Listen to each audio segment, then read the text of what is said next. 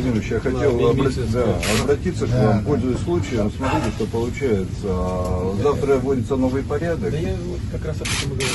Ну, Здесь два раза в 3 раза сократили стоимость проекта, а там 10 раз. У меня 10, было 500, стало что-то. в некоторых регионах, да.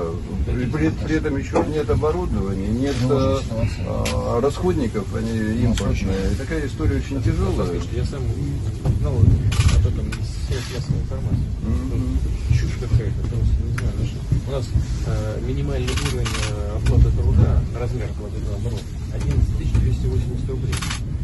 Такую зарплату получает 3 миллиона 900 тысяч человек. Да еще работодатели частенько, к сожалению, нарушают законы и поменьше платят. А сколько миллионов людей возле этой цифры, чуть побольше. 5 тысяч, если нужно отдать за эту справку, чтобы пол зарплаты еще отдать 10 тысяч. Ну, что такое? И все инстанции по этому Минтруд должен был посмотреть, что это. Проблема даже не только в стоимости, в том, что там в 2 раза увеличится дождей. То есть мы порядка 7 миллионов человек проводим. Это вот те, кто получают небольшие деньги в размере этого оборота. Все новости дня в выпуске программы «Новости Татарстана» на YouTube-канале ТНВ. Подписывайтесь.